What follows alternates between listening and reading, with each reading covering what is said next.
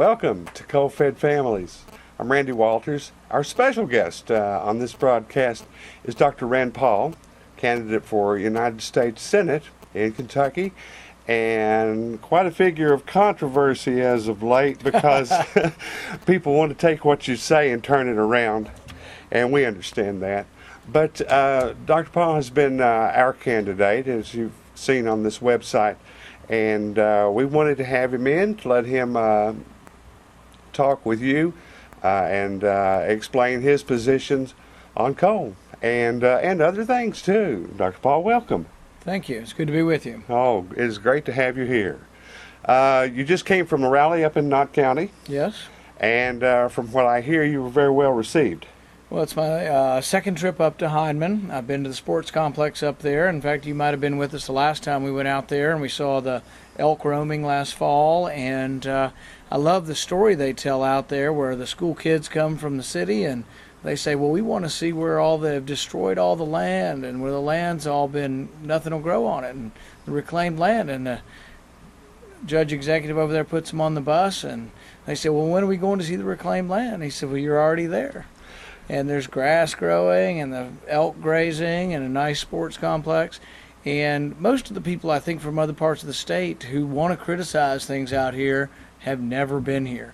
You ask every one of them that don't like mountaintop removal, have you ever seen it? And they've never been out here. Mountaintop removal, they stopped that now. The Army Corps has put a halt to hollow fields, so they can't do the mountaintop removal. Now, the mountaintop removal in this part of the country has created level land around here, and in the business sector in Perry County, you're looking at prices of up to, and a lot of people don't believe it, but it is the truth, $1.2 million per acre. Well, that's a pretty valuable commodity. Well, the liberal elites have given me grief when I've said it enhances the value of the land, but that's what everybody out here tells me, is that when the land's flattened, it's a lot more expensive to buy because all the work's been done to flatten the land so you can build on it. Right. And what the Army Corps has done, which falls in line with the Obama administration, is they have forced the mining industry to go back to contour mining. And I know if you're not familiar with that, then all of the ugly pictures you've seen of strip mining, where the sides of the mountains were just gashed and left out for the elements, that's contour mining. They would rather have the coal industry doing contour mining and destroying the land, creating much more potential for pollution, than doing the mountaintop removal, which creates level land, which is much friendlier to wildlife like the elk and lots of other species of animals too. I mean, this place is the turkey capital now, and it's because there is level land for these animals where once there was no level land. But the government's forcing us back into making a mess of things. Well, I think you've never had a president that's more anti-business or anti-coal in our history, probably. And one of the things about it is it's not even that we've written so many new EPA rules. We just have people interpreting the EPA rules in a way that coal can't survive, can't exist, can't mine, you can't get permits, and that's without even the rules changing. The problem is we have unelected bureaucrats at the EPA making rules without any authority from Congress. And this is a big deal because we don't want, those of us who believe in the Constitution, don't want unelected bureaucrats writing laws. Congress should be approving these, or in most cases, not approving these rules. And the EPA has come down on us with this 300 microsiemens per centimeter in water conductivity, as our viewers are well aware of. And even though a sewage plant discharges from 9 to 1400 microsiemens per centimeter, as cited by the University of California, Davis, they're going to hold the coal industry to a standard that is tighter than even that of drinking water. Right. Well, I think you have people writing rules that aren't really living in the real world, and you need to live in the real world. And it's not that there won't be rules, but let's be realistic about what the rules are. Okay. As a senator, As a United States Senator, which I'm pretty well convinced right now this is going to happen, what can you do? Well, I think one loud voice can do a lot, and I will be one who stands up and says, first of all, the EPA shouldn't write rules without Congress voting on it. And this actually came up recently. Lisa Murkowski is a senator from Alaska.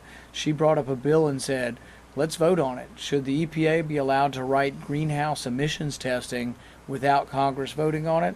And it lost 53 to 47, but it shows you how close the tipping point is. We had 41 Republicans vote for it, I think, and about 6 Democrats. So if we can get some more leadership up there and some people who really truly believe this, because see, I believe the same thing for the IRS. I don't think the IRS should be writing rules that are not voted on by Congress either. We now have 16,000 pages in the tax code. The regulatory code is 79,000 pages. Most of this is written by unelected folks. So it's, to my mind, I thought that was the way government was supposed to operate, that you elected people, and if you didn't like the laws they wrote, you brought them home. But I didn't elect anybody working for the EPA, and I didn't elect anybody working for the IRS, but they're the ones now creating the law, and that's a fundamental problem with what's going on, and I will be outspoken to try to change that. There's a great deal of anticipation toward this November election, not just in your race, but all across the country. People with organizations such as the Tea Party, such as the 912 Project, those kind of people, and several other groups, Take Back Kentucky, all of those people are really looking to see a different kind of elected official. They're not looking to the establishment Republican Party candidates. They're not looking to the establishment Democratic Party candidates. They're looking for people like you. Are there enough of those people of independent thinking that are running? Well, I think you're exactly right. When you talk with the Tea Party folks, when they interviewed me as I was going around the state and meeting them, they will ask you, we don't want someone who just votes with the Republicans. We want someone who's conservative, but when the Republicans are wrong, we want someone who stands up to the Republicans also. And so I think that is what people are looking for. Is there enough of us? I think there's an enormous movement. It's the biggest movement I've ever seen in my lifetime. And I think we do have a chance to really change things, but we'll see. I mean, it'll be a close race. And as you can see, they end up making the races not about the issues. A lot of other extraneous stuff comes in, and you say people are looking with anticipation of the election. I wish it were yesterday. All right. Dr. Rand Paul has been our guest here on Coal-Fed Families, and he is, as I said, candidate for the United States Senate, and we're so glad to have had you with us. Thanks for taking the time. I know you're very busy, but we wanted to get you on our program so that we can share your views with the rest of our people. Thank you so much. Thanks for having me.